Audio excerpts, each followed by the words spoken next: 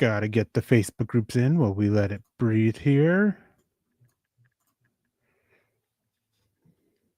All right, gotta let it breathe. Get the Facebook groups in. Waiting for a couple of green check marks here. We got one. We got two.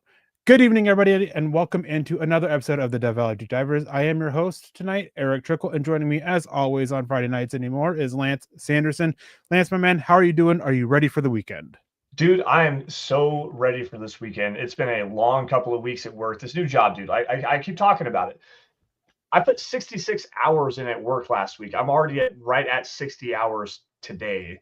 Like it's hard. There's a lot going on, but you know what? It's good to get away from the real life aspect of things. I know that everybody's got their own personal stuff going on, and it's always great to be able to sit down, talk some Broncos football, and just have a good conversation. I'm here for it, dude. How are you?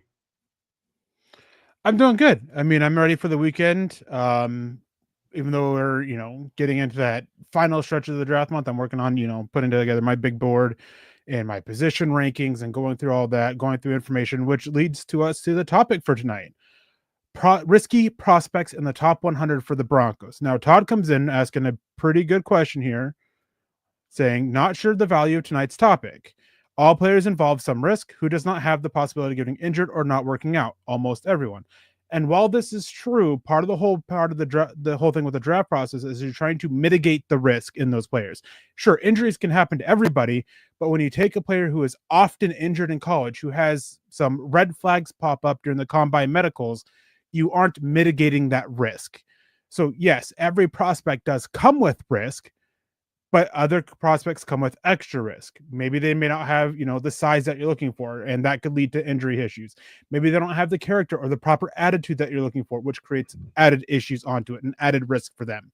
So yes, every prospect has risk, but how can you mitigate those risks? By figuring out who has injury concerns coming into the NFL and why, who has those character concerns coming into the NFL and what specifically are they, and how can do you think you have the coaching staff or the players in place to help mitigate that risk? These are risky prospects that we're going to be talking about here in a little bit because of they don't necessarily mitigate the risk, the inherent risk already because of these other concerns. Right. And then also Gio Vandermark saying, thought I was late. No, on Friday nights we start at 7 p.m. Mountain Time anymore. That way Lance can join us because of his work schedule and everything. He can sit there and be here at this time. So 7 p.m. on Fridays from now on, that is when we are starting.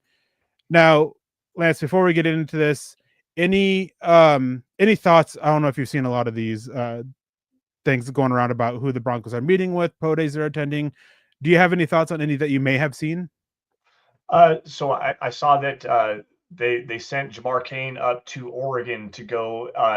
Jamar Cain is the defensive line coach for the Broncos right now. He went up to Oregon to go and maybe get eyes on Derek Harmon and a couple other different players. Jamari Caldwell is another player that possibly he could be looking at. He was also down at the Texas Pro Day earlier today, I believe, to take a look at a couple days ago. Excuse me, to take a look at a couple of those guys. That really, honestly, the big thing here is, what coaches are they sending to what pro days? Where is George Payton at? Who are they looking at? Who are they trying to get their own personal eyes on? Those are the big things that you're looking for. I know that they had the tight ends coach, and I forget his name off the top of my head, at the Nebraska pro day last week to take a look at the tight end from Nebraska a couple days ago. So like, yeah, exactly. You have the article up, and I'm drawing a blank on all the names. I'm so focused on what we got going on tonight. And the news never stops in the draft cycle, guys. Like, you got to understand.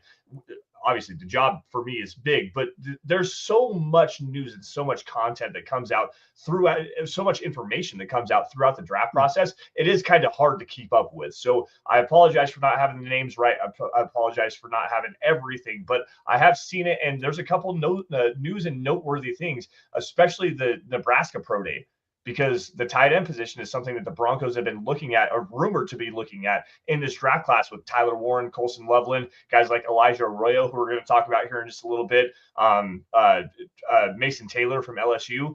They've been there to see him too. So like all of that information comes so quickly, it is kind of hard to keep up. Yeah, and it's also can take some digging. It's not always a thing of right there Mhm. in front of you. It's not Adam Schefter or Ian Rappaport saying, "Hey, they were at this pro day."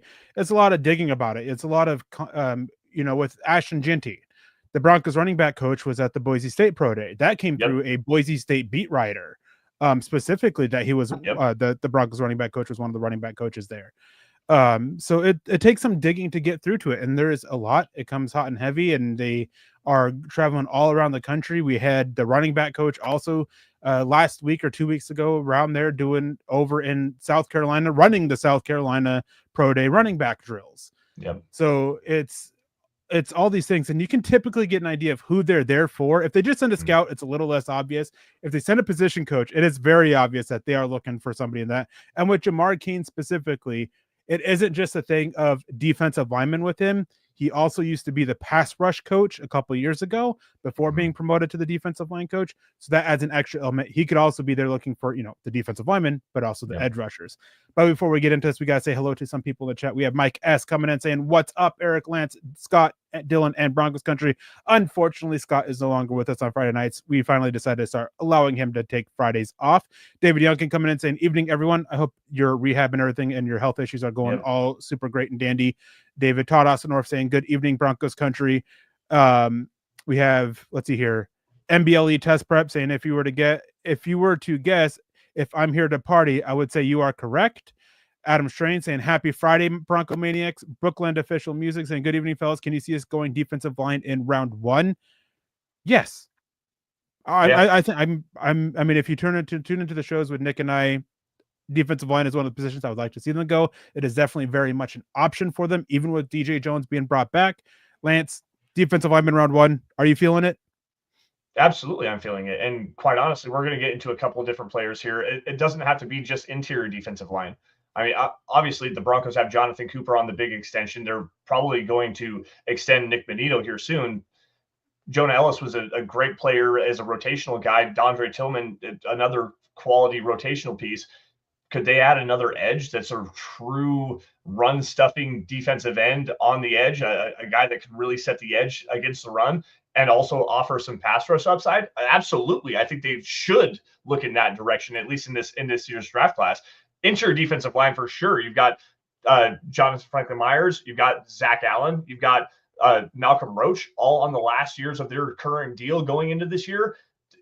Defensive line is not a need right this second, but you should also draft to mitigate those needs in the future too. Like it makes a lot of sense. Yeah, for me, my philosophy is you go free agency for the immediate needs, you draft for the future needs. Yep. Defensive line, I've talked about this a lot. Only 3-4 defensive end they have under contract beyond for 2026 is Yoma Ayoma Wag. Uwazurike Yep. because his Yep. contract didn't told during his year-long suspension. So Zach Allen, Jonathan Franklin Myers, Matt Henningsen, Jordan Yep. Jackson, those are all free Mhm. agents in some capacity. I believe Matt Henningsen is expected to be a restricted free agent and Jordan Jackson as well. So that gives the Broncos a little bit more control over it, over their contracts instead of being unrestricted free agents. But still, they are no longer, super cost controlled. So you can take that defensive lineman and draft for the future. They also seem to be looking for a big nose tackle type. They were Mhm. very interested in Tavondre Sweat. They seem to be interested in Alfred Collins. He's a name that's been floated around for them. And a couple other big nose tackle types, even though they have Yep. DJ Jones, who's a little bit of a smaller one and a gap, half gap nose tackle, and Malcolm Roach, who's a gap shooting nose tackle. Malcolm Roach also a free agent after this year. So they seem to be looking for that big big body, two gapping nose tackle type as well. And then with edge, I don't know if you saw today, Mike Klis has an article out today talking about how edge could be a position in that second or third round pick if somebody starts to fall. And so I guess you can kind of say that edge might be a little bit of an underdog for one of those, top 100 picks, which is why when we get to the risks here in a second, we're going to talk about some edge rushers. Yeah, and speaking of underdogs, guys, nothing beats March basketball. Obviously, the tournament's going on. The NBA playoffs are right around the corner. So bring the fun of the bracket to every game day by making entries on Underdog. Underdog is one of the leading sports apps, and you can play now in your state. Do you want to win up to 1,000 times your money? You can with Underdog. So to play, you choose whether you will go higher or lower on one of their stats like points, assists, rebounds, and more. Underdog's got all of your favorite leagues, teams, and stars to choose from. Create entries with all basketball picks or mix and match across other sports. You can play with as little as $1, and if you get everything right, you can win up to $1,000 times or 1,000 times your money. So turn $1 into $1,000 just with your hoops knowledge. Yeah, guys, download the Underdog app and sign up now using the promo code MHuddle to unlock a special offer of up to $1,000 in bonus cash when you make your first deposit. Join in on the fun when you sign up with the promo code MHuddle. Claim your special offer today and get up to $1,000 in bonus cash instantly upon your first deposit. Now, you must be 18 plus, 19 plus in Alabama, Nebraska, 19 plus in Colorado for some games, 21 plus in Massachusetts and Arizona, and present in a state where Underdog Fantasy operates. Terms apply. Void in Colorado. Concerned with your play. Call 1-800-GAMBLER or visit ncpgambling.org. Arizona, 1-800-NEXT-STEP or text NEXT STEP to 53342. New York, call the 24/7 Hope line at 1-877-8-HOPE-NY or text HOPE-NY.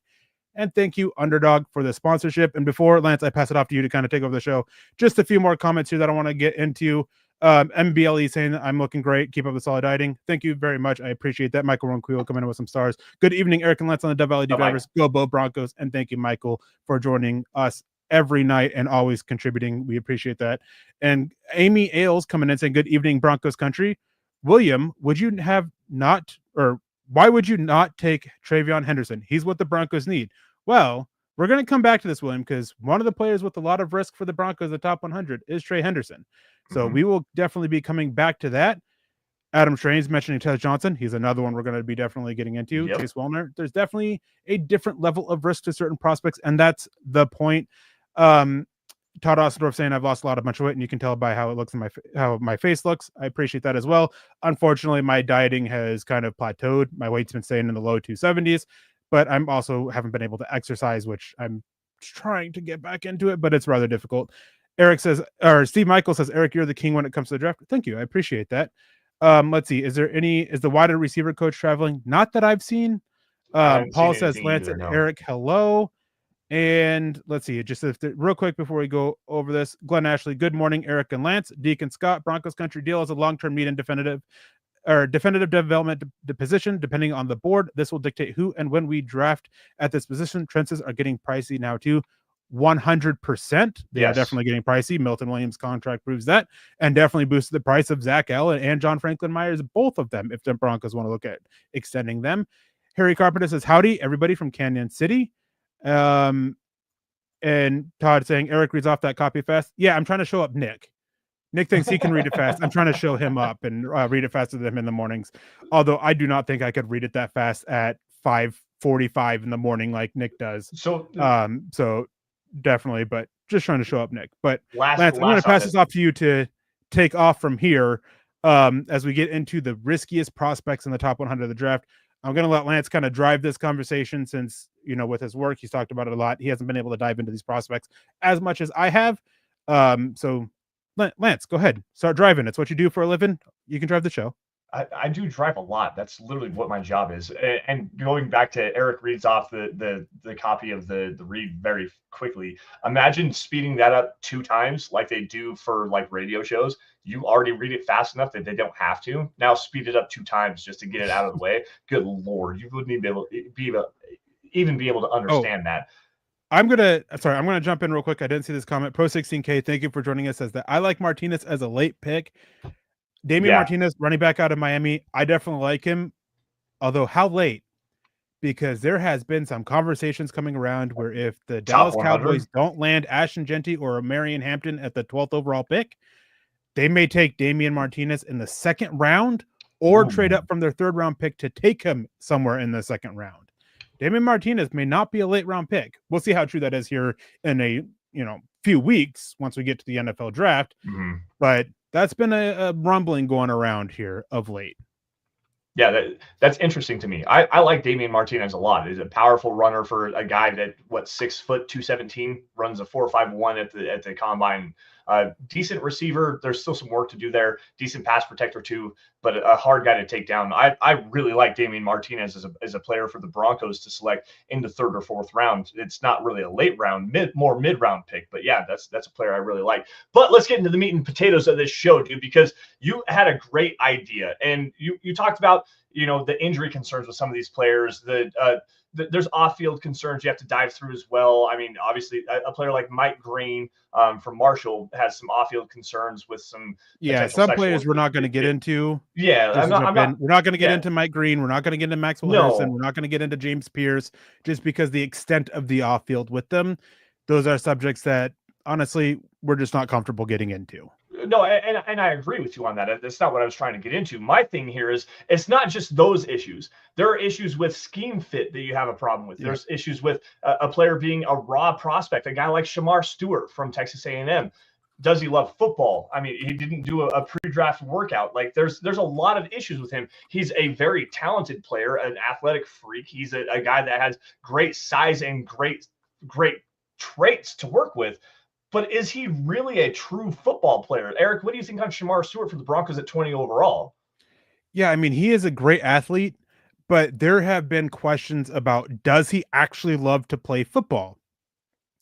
And that's been a question for years, because you can turn on the tape and you can see the athletic traits, you can see the physical gifts for him, and then he's not doing the workout. So that raises the question a little bit. And one of the on-field concerns for him is, can he turn? How loose is he in the hips? A lot of missed sacks on tape when you watch him is because... A lot of missed tackles. Or I'm talking about sacks specifically. He's a pass rusher. That's what we care about with pass rushers. But a lot of these missed sacks that he has is because the quarterback moves and he's unable to turn and keep up with them. He has to almost come to a complete stop to turn. He just doesn't have that fluid movement for it. So already, questions about if he loves football, not doing the workouts to where he can potentially answer these big questions that they have about his ability on the field. And yeah, I mean, there's valid reasons, concerns. This is a dude who had 4.5 sacks in 3 years. Yep. He 1.5 sacks each year. That is all he had as a pass rusher. So those concerns are extremely valid to have. I still think that he has a high chance to go in the top 10. I'm primarily looking there at number 8 overall. But if he falls, I wouldn't be surprised one bit for it, especially again, after not participating in the position drills at the pro day, where he had a chance to answer some things, and he held out of the combine for the position drills. And part of the reason he gave was that he will do that at the pro day, only to pull out at the pro day. It's so hard with a guy like him, because you see those tools, you see those traits, you see everything that's there. Like athletically, he's definitely got the build and the athleticism to be a high quality player. But the production is definitely not there. Like you said, 4.5 sacks in 3 seasons. Another player that is currently being tabbed as a top 25 pick, Mykel Williams out of Georgia, a similar player in the same mold of a Shamar Stewart. Long, lengthy, bursty, explosive, great athlete. He does a really good job against the run, which makes a lot of sense for the Broncos, like I kind of alluded to with Jonathan Cooper and Nick Bonito. They need a guy that can really be a true set your anchor, put your ass in the ground, true run defender on the edge. And he would make a lot of sense for the Broncos, but the production's not there for a guy like him. With Shamar Stewart and with Mykel Williams, they both have all these traits, but they don't have really the well-rounded football ability to be these like solidifying players or be these true Batman coming off the edge as a true pass rusher. Mykel Williams, another guy that I've seen linked to the Broncos a couple different times earlier in the draft process, because, you know, talking about Nick Bonito, talking about Jonathan Cooper, they need that guy to fill in. Mykel Williams makes sense if you need the run stuffer, but does he really make sense for the Broncos with all of the other risks that you have with him? Yeah, I mean, he had some injuries that he dealt with. And then, the production, although you can kind of shrug that off a little bit because of how talented that they've been up front there at Georgia. You can kind of shrug that off a little bit there. And then he's viewed as an upside player, which that's great. There's a lot to work with, but his athletic testing wasn't as great. No. Now, he weighed in at 260 pounds, and a lot of people were expecting him to be about 270, 275. He's viewed as a bigger edge rusher. Lost a little bit of weight. Plenty of length. No question about it.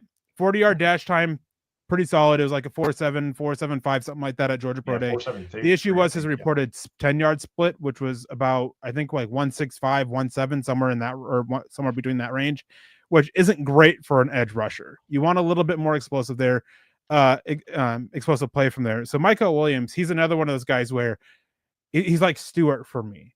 I could see him go early. I could see him go top 10. Again, he could possibly be in the conversation with the Carolina Panthers there at 8, the Chicago Bears at 10, the New Orleans Saints at 9. He can be in that conversation. But if he fell, I wouldn't be surprised because you're taking this extra risk of how much time you have to spend into him.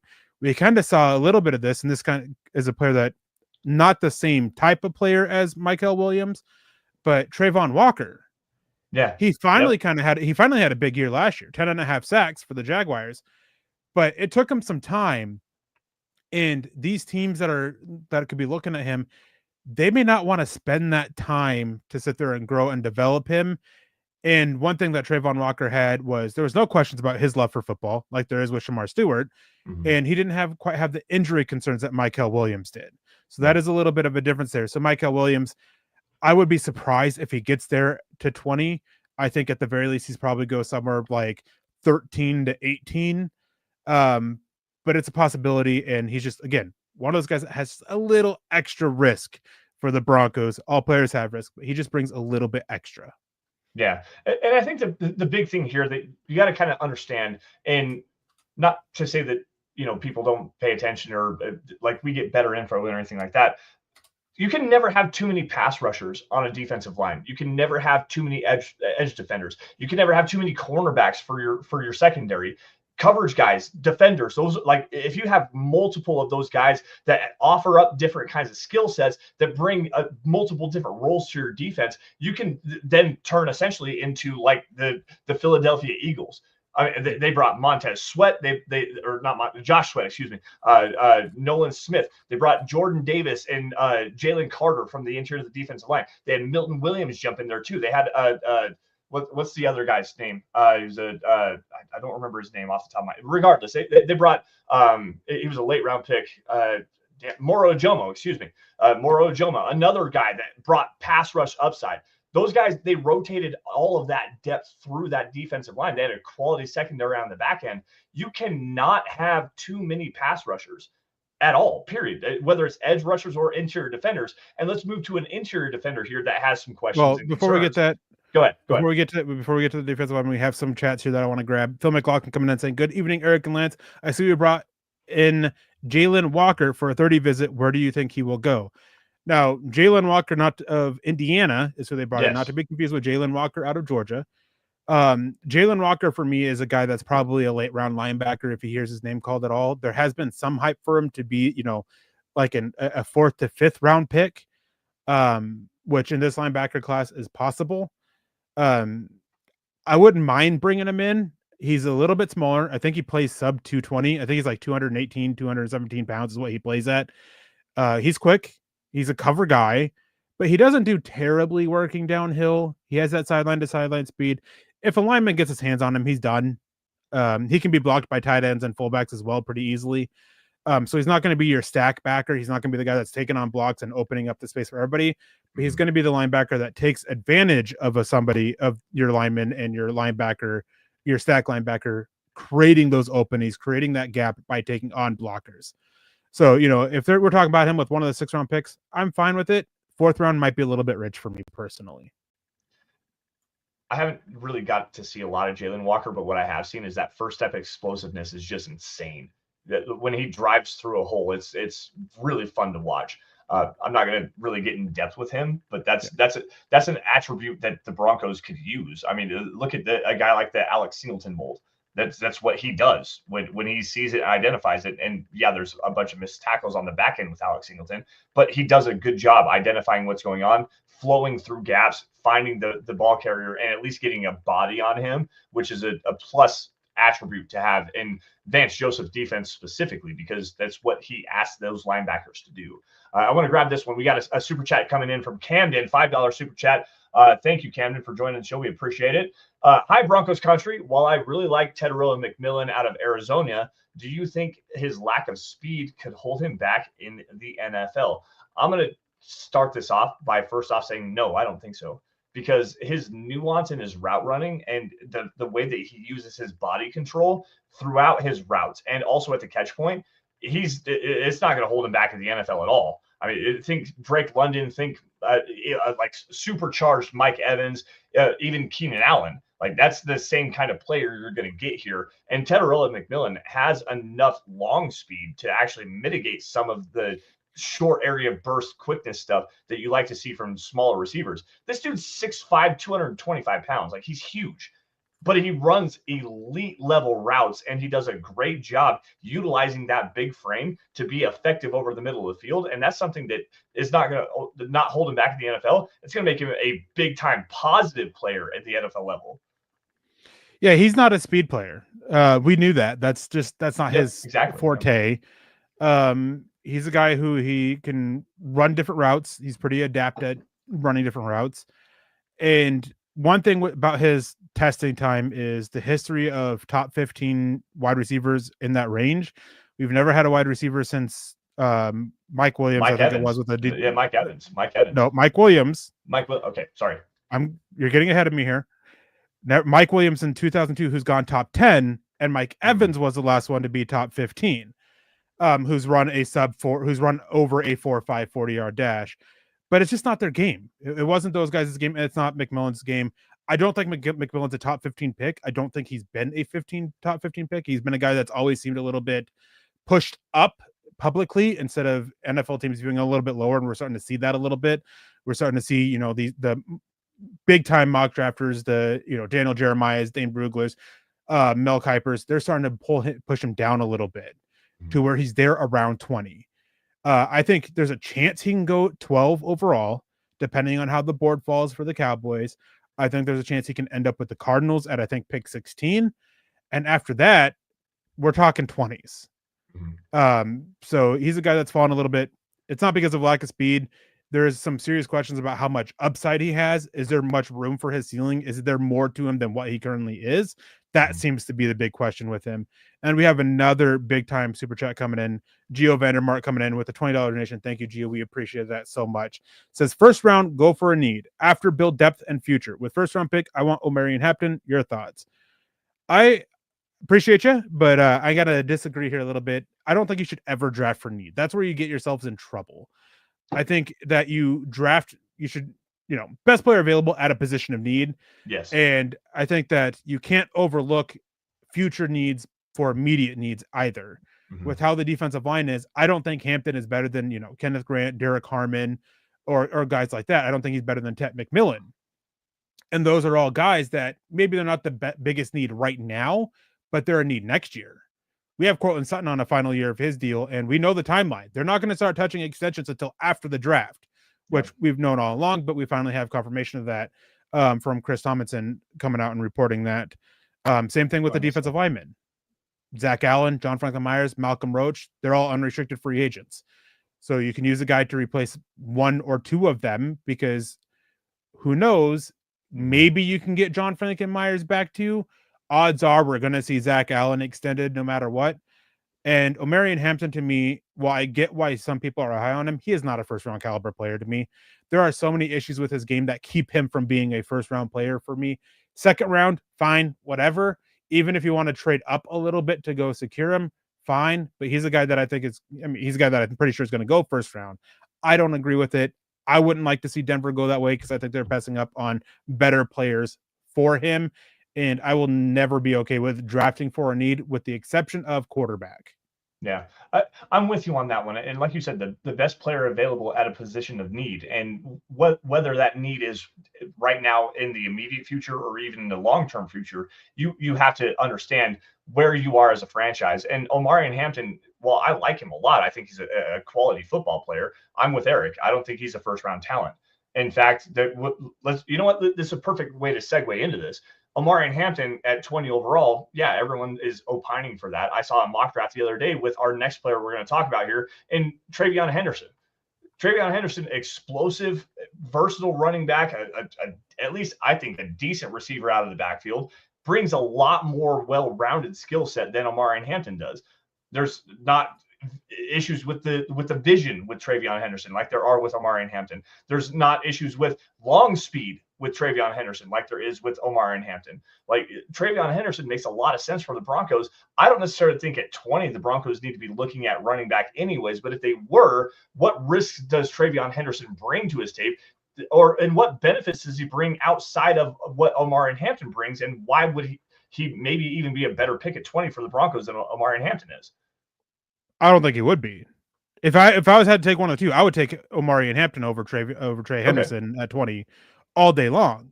And the biggest reason for that is I am not willing to take a risk on the injury history Trey Henderson has at 20. Mm-hmm. Period. And I think that people are overinflating his receiving ability a little bit. He's a great receiver out of the backfield, don't get me wrong, but can he be this true weapon, receiving weapon that he's kind of made out to be? Of we can line him up in the slot, we can line him up out wide, we can use him in a way that Sean Payton used Alvin Kamara in New Orleans. I don't see that with him. I think he's a screen, swing, flat, those kind of routes. Yeah. That slants.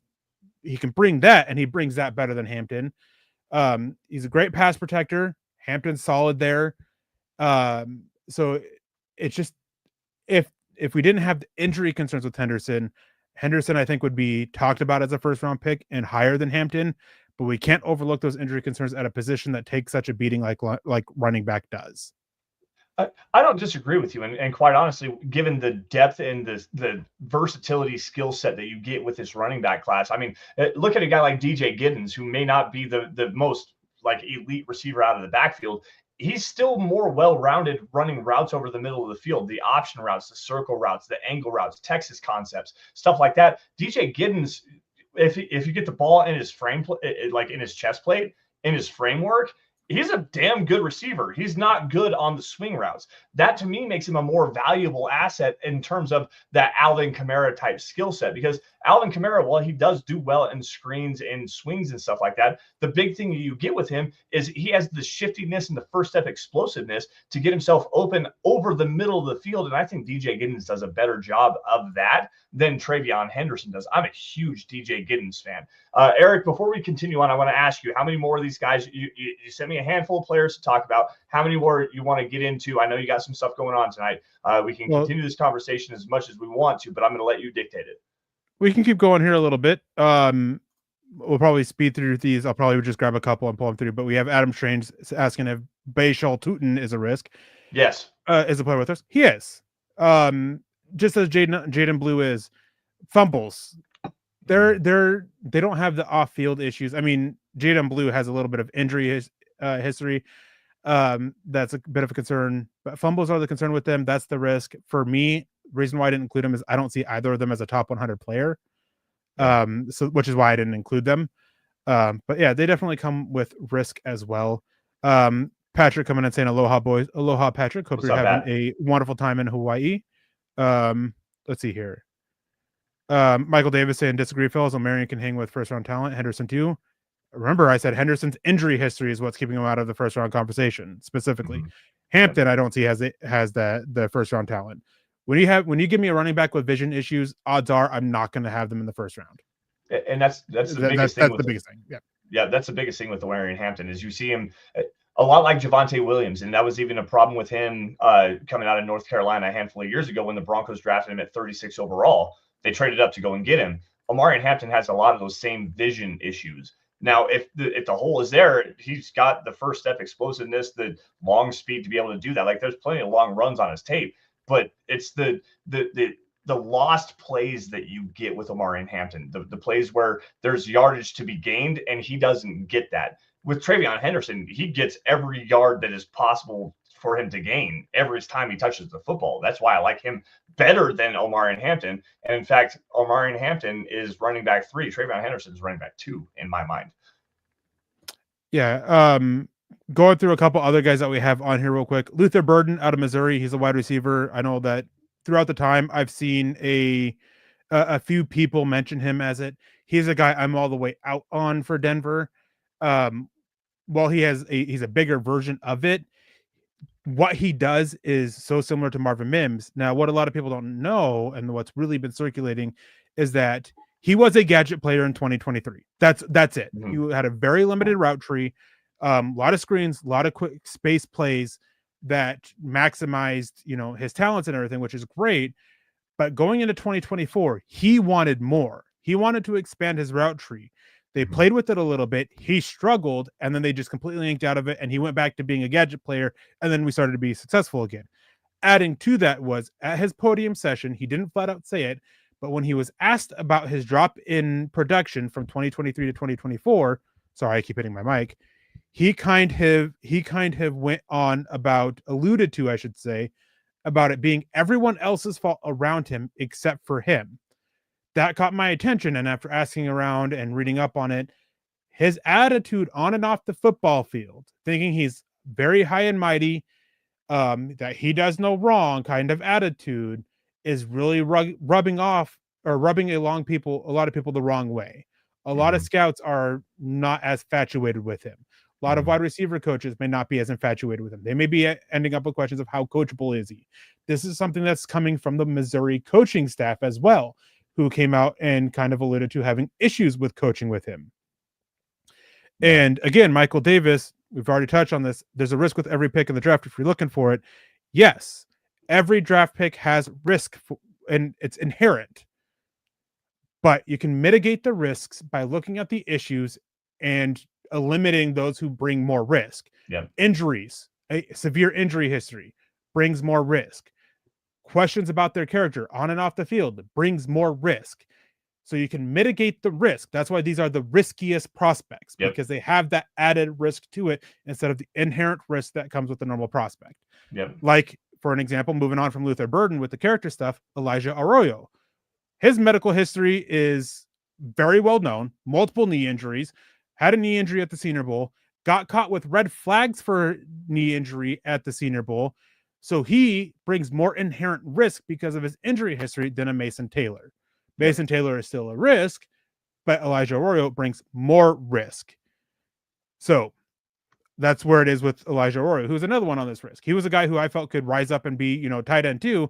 That ship has long sailed, and now he's not even tight end 3 for me, and I'm not sure if he's going to end up tight end 4, because the concerns that have been going around about his knee health and the longevity of his ability to play on the field with his knee health is a very big concern with that. And then Michael Davis coming in, O'Marion's vision is better than Jay Will. I do agree there. I do think his vision is better than Javonte Williams, but it's not hard to be. Javonte Williams is like Mr. Magoo out there. O'Marion Hampton is just blind in one eye. So that to me is the difference there. Being better than Jay Will is not hard to be, and it doesn't mean that it is great or even good. It is his Hampton's vision is one of the big issues with his game. Right. I want to grab this comment from Todd, because we had multiple comments from and Todd, this is not me calling you out by any stretch of the imagination. I'm not trying to be a jerk here. The sky is not falling with this show. It's not, we're trying to just be poo-poo, blah, blah, whatever about all these particular players. I like a lot of the players we're talking about and what they bring to the football field. Elijah Arroyo is one of my draft crushes for the Denver Broncos to have, because he can line up in line. He can line up in the slot, move him outside. He's a great receiver, quality blocker. It's just, there are things that everybody needs to know that most people don't necessarily have the information privy to them all the time. If you're going to dive into all these players and talk about teams in their wants and needs and how they view these players and how they prioritize whatever risks it may be, whether it's not only the injury concerns, not only the off-field concerns. Let's talk about scheme fit. I mean, you already bring in a guy like an Evan Ingram, for example. The Broncos brought in tight end Evan Ingram to be a big slot move tight end type of player.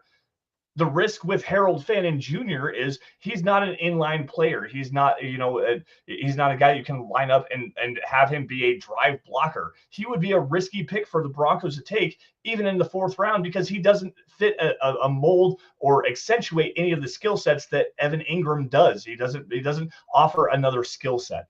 It's not that I'm down on Harold Fannin Jr. I love him as a player. I think he's a very talented player, especially for a guy that went to Bowling Green. And I think he dominated some competition, especially against Penn State. It's not to say that I'm poo-poo on Harold Fannin Jr.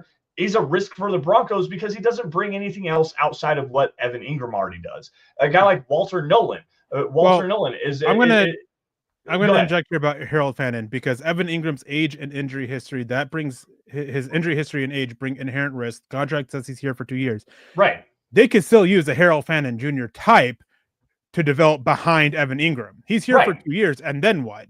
Yeah. Tight ends take some time to develop. Harold Fannin Jr., you don't need him to be an inline tight end. You're not going to ask him to be an inline tight end. You're going to ask him to sit there and grow and develop. Same thing with like a Terrence Ferguson. You're not going to ask him to be an inline tight end. You're going to ask him to sit there and develop. I always bring up Ferguson because Adam Strange, asks about what about Ferguson. He's a guy that I would fully expect the Broncos to be eyeballing there in the 3rd round, maybe even moving up for him. But we have some comments here to keep this show going. And one thing I wanted to add about the whole "The Sky is Falling Tonight" show is falling tonight is, with the whole risk thing, to be a successful football player, and you will hear successful football players talk about this a lot, it goes beyond what you do on the football field. You have to have the right attitude. You have to have the right mindset. And obviously you have to stay healthy. That's where it's coming from. Now, with what I do, I am not able to sit down with these players. I am not able to ask Shamar Stewart directly about if he loves the game of football and talk to him about that. I am going off of what I'm hearing, which can be hearsay. I don't have access to their medical documents and history and stuff like that. And even if I did, I am no medical professional. I would have next to no idea about what it's even saying. Again, just going off of what I'm hearing. I just want to be clear with that. And I think it is something that's worth talking about because you want to mitigate risk with players when you're drafting. Successful teams do that the best they can. Teams who don't do that end up often having pretty questionable draft classes. Now, Peter Middleton coming in with a good question. Hey, hi, Eric. Do you adapt your analysis of players over the years? I'm thinking specifically about Benito's recent performances. I remember how down everyone was on the Broncos drafting him. Yes, obviously there's some adaptations made to it.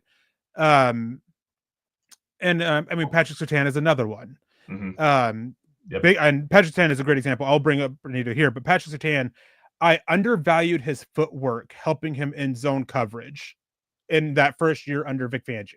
He had a great year. I underestimated how much his footwork would help cover up for some other issues he had in zone coverage. We still saw some issues, but not as many because his footwork was so excellent that it helped cover up for it. With Nick Benito, a lot of the concerns I had for him, we're still seeing to an extent. We're still seeing him be a liability against the run. He still can make some plays, but some plays, 1 or 2 plays a game isn't consistency. And the Buffalo Bills, they really trounced on him and the linebackers in the running game. We're also starting to see him put pass rush moves together. A few years in, that was a big concern. Can he chain pass rush moves together? We're starting to see it a little bit. So it's a thing of that. And another big question that I had with him as a pass rusher was, how much could he adapt away from the Oklahoma slanting front that they used into an NFL defensive front? Well, Vance Joseph has shifted his front to be a little bit more of a slanting front to help make Benito effective. That's another thing that I factored it, that, I kind of adjust a little bit, but it's hard because you never know how much a coach is going to change what they do. Which again raises concerns. Joey Grubbs coming in on Facebook. Hey, Eric, I seen that you have Samson as your number 2 back. What's your opinion on him in pass pro? You think his body type is big enough to hold up on a passing down as a blocker? No. But he has some of the best vision here, and despite his size, he was actually the most efficient running back in college football last year in short yardage situations, including goal line situations. That to me brings extra balance to it. His use on 3rd down is as a receiver, where he didn't get used as much due to the Tennessee scheme that they used. They don't include the running backs a whole lot in the passing game, but when he was used that way, he showed a lot more than the production suggests. And at the combine, the way he ran routes and what he did with the workouts there really showed that he could do it a little bit, do it more than you see on tape. Plus, he's got some of the best vision in this class, and I value vision.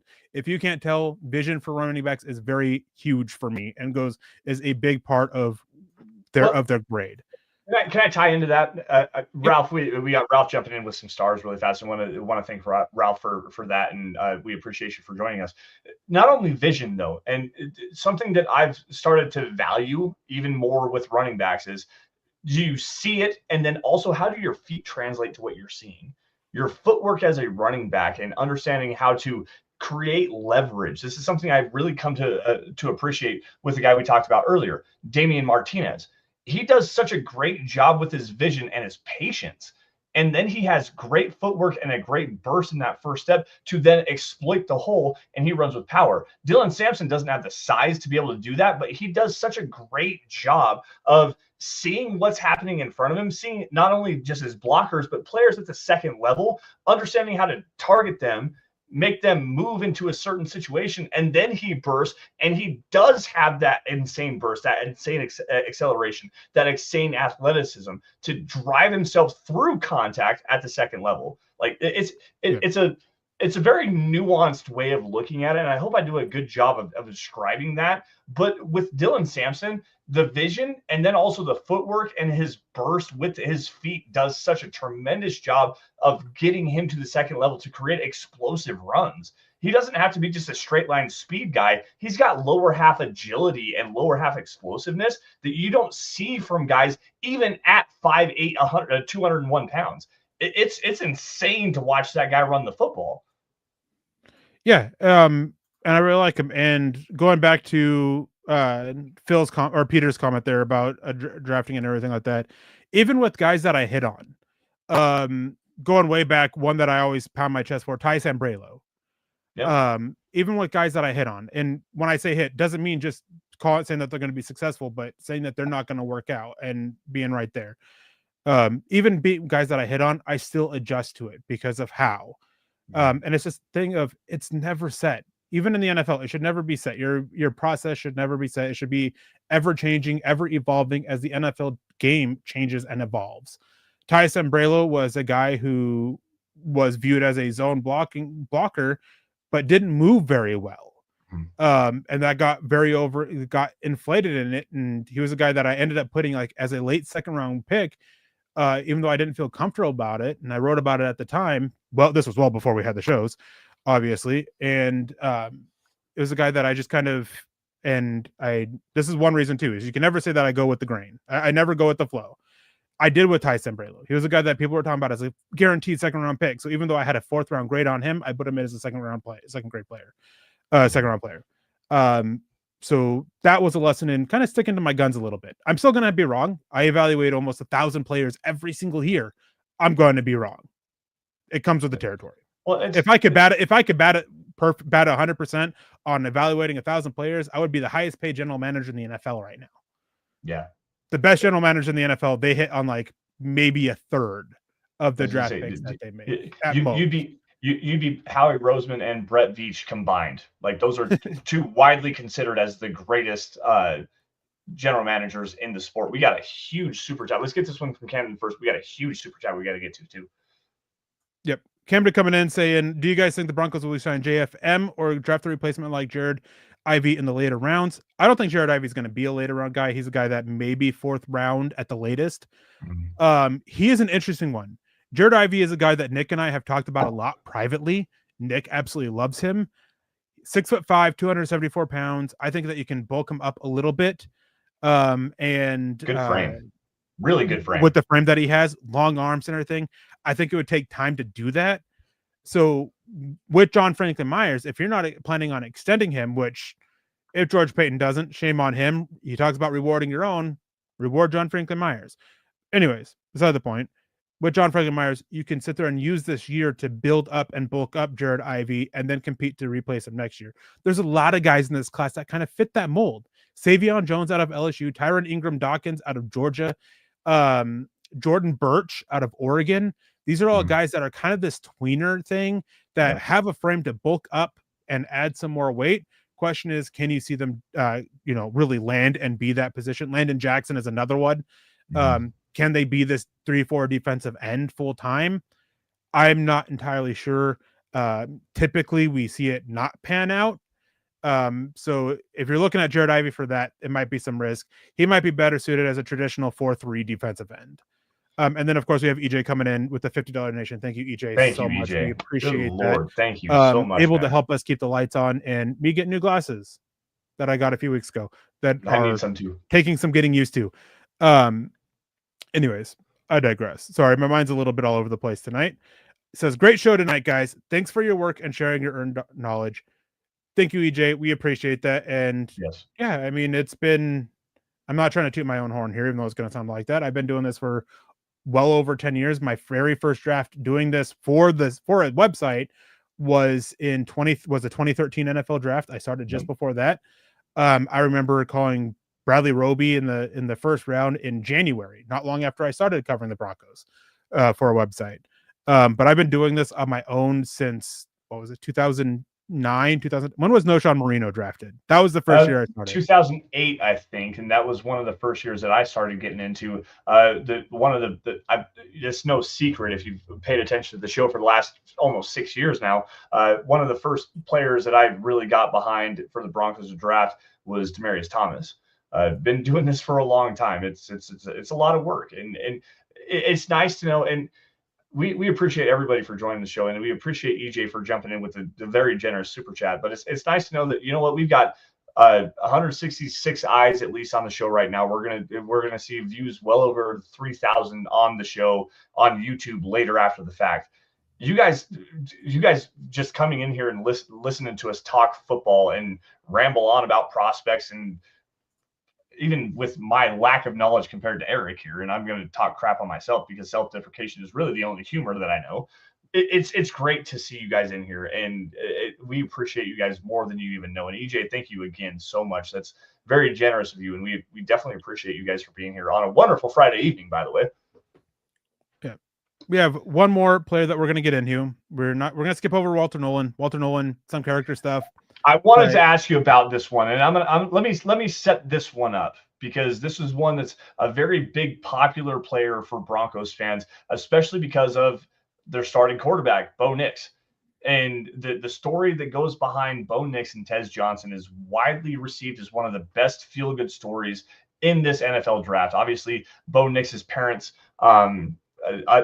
pseudo-adopted Tez Johnson while Bo Nix was in high school. They lived together. They transferred to Oregon together. They've been together for a long time. And Tez Johnson is one that's a very intriguing player. But the problem is he brings so many issues in terms of risks, like historically undersized, not quite athletically gifted as players in that same mold, like Erick, as you're going to point out here, Xavier Worthy, Tank Dell, what's the other one that you have? Dang it. No, don't go reading off. Don't go reading off the guys that I have. Go ahead. I'll let you do it. What are the risks with Tez Johnson? Because it makes a lot of sense for the Broncos to go and get Bo Nix's little brother, but at the same time, it doesn't. Why? Now, before I get into that, George Fox says, you guys make the draft more fun. Thanks, guys. Thank you. Thanks, we appreciate George. that. Thank you, George. Least we can do is try to make the draft more fun. Anyways, Xavier Worthy. There's a guy in the chat, you know who you are, who mentioned Tez Johnson as Xavier Worthy. I pull it up on the screen. Relative athletic score, take size, athleticism, all puts that in account, puts out a score. We can see the immediate difference here, right? 11-pound difference, 2 inches, pretty sizable, but the biggest difference here is 4.51 40-yard dash, 4.21 40-yard dash. Elite speed versus all right speed. Another one here, and I'm going to click over onto that one too. Just give me a minute. Is Ladd McConkey. He is another guy that's been talked about here. Ladd McConkey, a guy who is 32 pounds heavier, a lot more meat on them bones, a lot more meat on those bones.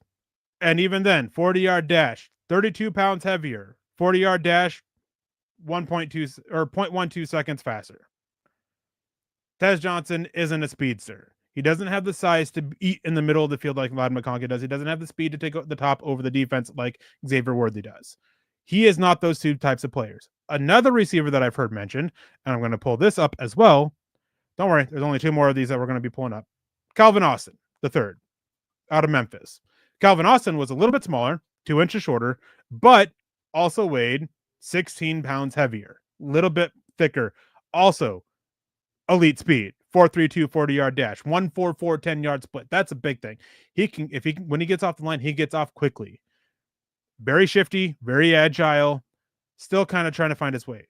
Now, the receiver that makes the most sense to compare to here is this last guy that I'm going to bring in, once I can find it. There it is. Tutu Atwell, who just signed a ridiculous 1 year, $10 million deal with the Rams. Absolutely ridiculous for a guy who has very terrible stats in his career. But a little bit lighter. I mean, we can see it there on the screen. 5 pounds lighter for Tutu Atwell. So finally, a receiver. Tez Johnson is bigger. There's not many. I believe there are 2. A little bit taller. Again, I think there's like a handful of receivers that he's been taller than. But Tutu Atwell had a little bit more speed, which that's not very comparable between the two. But Tutu Atwell has been utilized as this more shifty guy who can get open and, quickly and make some plays. That is kind of what you're looking at for Tez Johnson. But where does that risk of his size and how you're going to use him become a little bit more mitigated by where you're drafting him? Is that in the top 100? I don't think it is. Is it the 4th round? Maybe. And there is a big difference between, a top 100 pick and 122. There is a significant difference for it. Another issue here is Tutu Atwell, despite not being utilized on special teams a whole lot with their Los Angeles Rams, he entered the NFL with a lot of potential on special teams as a returner. Just never materialized at the NFL. Tez Johnson doesn't. He's not entering the NFL with special teams ability. Tez Johnson is going to be a guy, quick route runner, who's going to get open quickly, and the Broncos can use that. Mm-hmm. I am not trying to say that Tez Johnson is off the board. It's just when. If we're talking 6th round, if we're even talking about pairing up a couple of those 6th round picks and trading up to get a 5th round pick to take him, I am fine with that. If you are talking at 122, I'm out. If you want to trade down from 122 and take him somewhere closer to 150, all right. He is not a top 150 player for me. Doesn't mean I wouldn't take him top 150, but about the earliest I would take him is about 140, 145. I agree with you. And I'm going to bring up another player that everyone was super high on. And this is a guy out of Houston a couple of years ago, plays for the Houston Texans, and has at the same size, 5'8", 165. So Tank Dell is actually 10 pounds heavier than Tez Johnson. In his rookie season against the Denver Broncos, got tackled on, I think it was just shy of a touchdown catch, and broke his fibula. This last season, went up to get a spectacular catch, and how he held on to the football after what happened to his knee is insanely incredible, and kudos to the guy for being way tougher than I am. But he had a severe knee dislocation, torn ACL, MCL, PCL, and LCL, dislocated his knee, and has nerve damage in his knee at 5'8", 165. Tez Johnson is smaller than that. You are talking about historically small player in the most violent game on the planet. And you want him to be a elite specialist for this Broncos offense, given the fact that we just saw a player with similar stature to him suffer 2 devastating lower leg injuries. I'm all the way out. I like Tez Johnson as a player. I'm out on him, period. He's an undraftable player to me because of his size. I love the player. I like the talent. If he was 2 inches taller and 10 pounds heavier, he'd be a draftable player, be a 4th round pick. To me, undraftable player because of the injury concerns that you have with him at the NFL level. Now, we are running a little bit long, so I gotta get through this quickly. The reason why I had Tez Johnson in here, I see a lot of people saying undrafted 6th round, 7th round. That's where I'm comfortable taking him. Reason why I included him, the chatter going around right now, and we're kind of seeing it materialize in mocks, 3rd round player. We'll see if it happens. He could be one of those players, and we see it every year, who's getting hyped up to be a lot more than he is, and mocks and stuff like that, and he ends up falling. If he falls, we know why, but he's just being hyped up right now as a 3rd round player, and even into the 2nd round. I can't remember who it was, but I remember reading an article the other day about wide receivers, and they mentioned Tez Johnson as a player that could potentially push into the top 50. Not quite 1st round, but just falling on it. That's the only reason why I included him, is just because of that, even though I don't agree that he should go in that range. No. Now, we have Chase coming in saying, sorry, I've missed a lot of the streams live recently, so I don't know, but why is this one going so late? We're going late because we're only supposed to be a half-hour show, but this conversation ended up taking a while. But we start late. We start at 7 p.m. Mountain Time on Fridays, so Lance can join us and be, co-host the show because of his new job. we had Kenneth Booker joining us there for the longest time, which we appreciate Kenneth for. Great dude, love doing the show with him, and we're trying to figure out something to do with him in the future. But once we figured out a way to get Lance back on the show started with Lance and I. We went back to Lance and I, but doing so was we started an hour later, 7 p.m. Mountain Time on Friday nights. Only supposed to be half an hour though, so we're going a little bit later than that. Way long. And Glenn Ashley says, "You're not the most violent game on the planet. Australian football is no helmets, no pads, 360-degree game at higher speed. There's also There's also the UFC, which literally is a sport about beating the crap out of each other. There's also hockey, which is another sport about beating the crap out of each other and sometimes putting a puck in a goal in a net. But football is one of the most violent sports.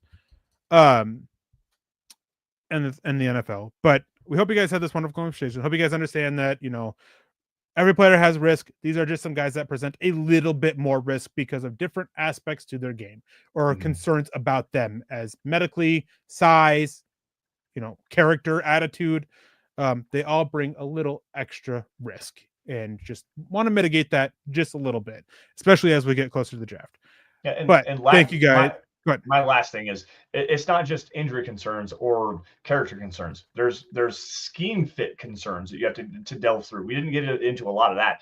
Like scheme fits is another thing. Yeah, it's risky for the Broncos to like I brought up Harold Fannin Jr. It's risky for that. For sure, as a developmental player, the scheme fit.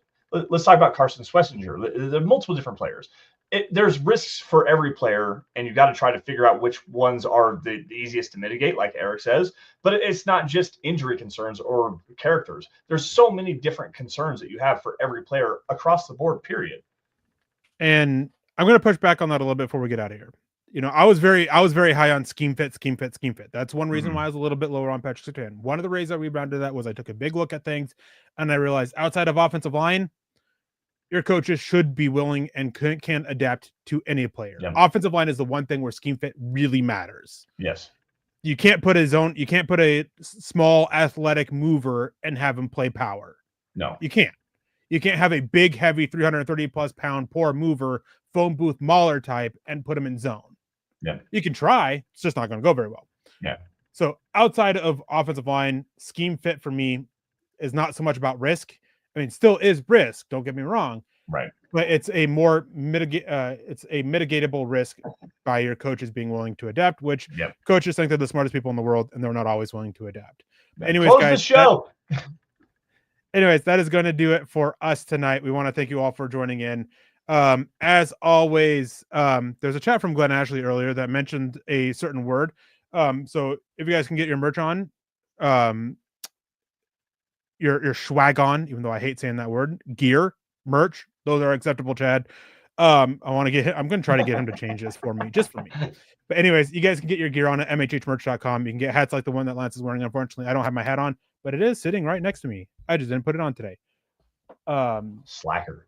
You also can get shirts, posters, coffee mugs, all sorts of stuff there as well. You guys can follow us on Instagram at Mile High Huddle with the underscore between mile and high and huddle.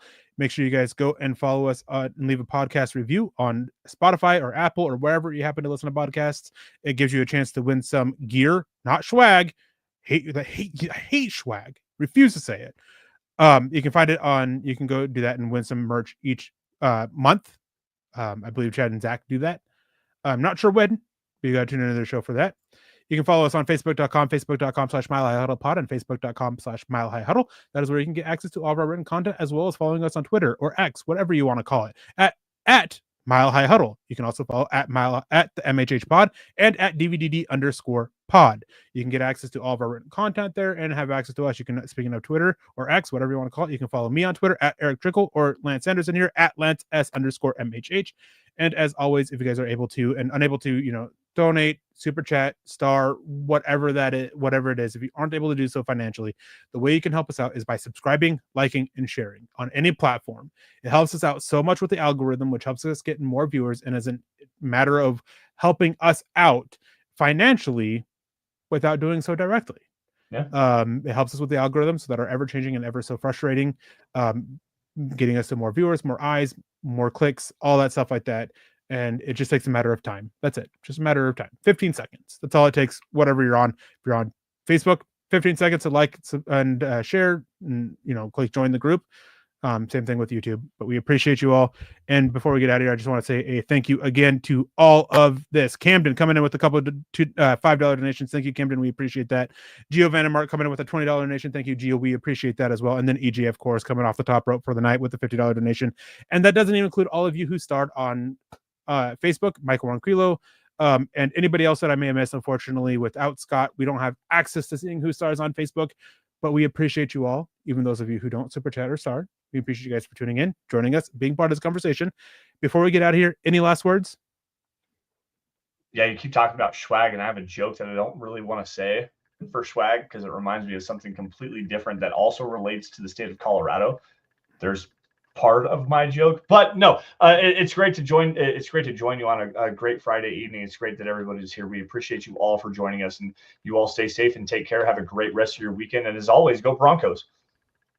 Yeah, thank you guys for tuning in. Have a wonderful weekend. Again, stay safe, don't drink and drive, and to steal this from my good friend and colleague in the morning shows, Nick Kendall, which you'll see me on Monday morning, and we have something special coming up on Wednesday, so tune in for that as well. Anyways, to steal it from Nick, because Nick deserves everything to be stolen from him. Not really. Love the dude. Choose kindness, choose compassion. Have a wonderful weekend, and as always, go Broncos.